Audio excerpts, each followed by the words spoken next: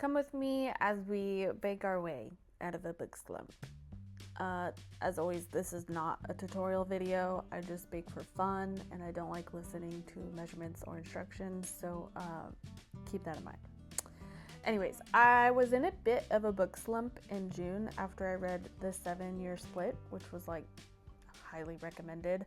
I kind of found myself bored and I just could not get through it. So in July, I wanted to read something that was also highly recommended, which was Every Summer After by Carly Fortune. Is that how you say her name? I don't know. I'm dyslexic.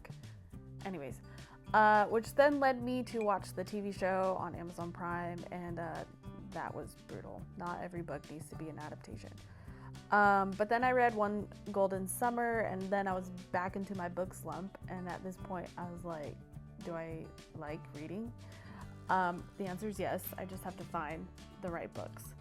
So I read one of the most recommended books this summer, and that was The Passion Project. And wow, that one was pretty good. Totally got me back into reading. And then I was in the mood for like a little fantasy, and so I got back into the Throne of Glass series, which I'm kind of like reading slowly because those books are really big, but also it put me back into a book slump. And so then I started wondering again, like, do I like reading? And so I had to do a little bit of research, and here's how I am staying out of my book slump. Number 1, DNF the book faster. If I struggle with it, just put it down. I know that's hard, like you start something, you want to finish it, but it's not that serious. Just put the book down and pick up something you actually like. Number 2, it's not a race. It's not a competition. These girls out here be like, I read 100 books this year, and that's awesome. I just can't do it. My goal is 50 books this year, and if I reach it, great. If not, it will be okay. Number 3 is change the genre. Try something you've never read before. I read a thriller and didn't like it, but it did get me out of my book slump, so highly recommend. Number 2, forgot how to count.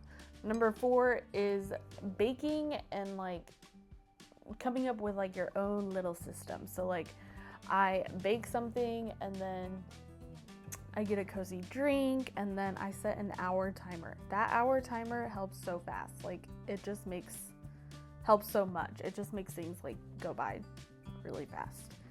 Anyways, number 5, really simple, but look up 5-star ratings. Sometimes that will let you down, but for the most part, it's actually pretty helpful.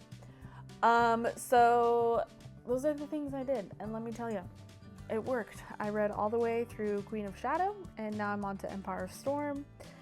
But like I said, I'm gonna read those books a little slowly because those books are ginormous. So let me know what you did to get out of a book slump. Anyways, on to my July ratings.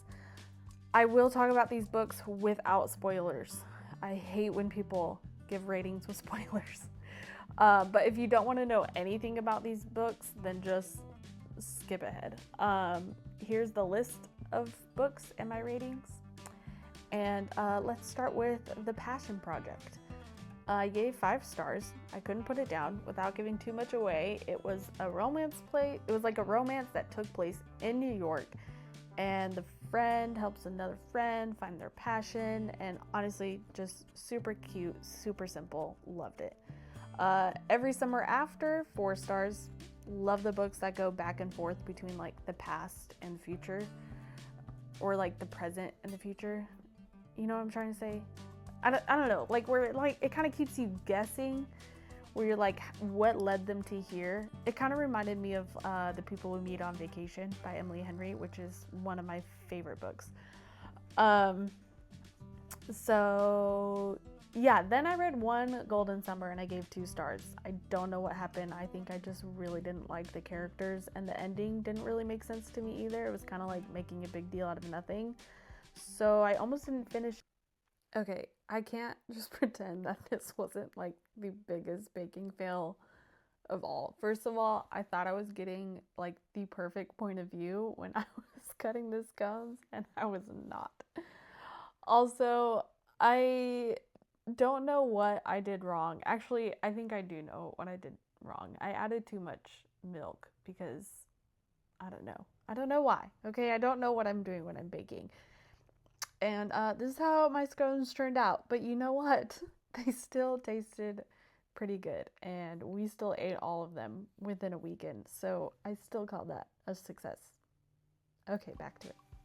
But my husband and I were watching the TV show, and so I just wanted to get like the original story in my head, not that horrible TV show, if that makes sense.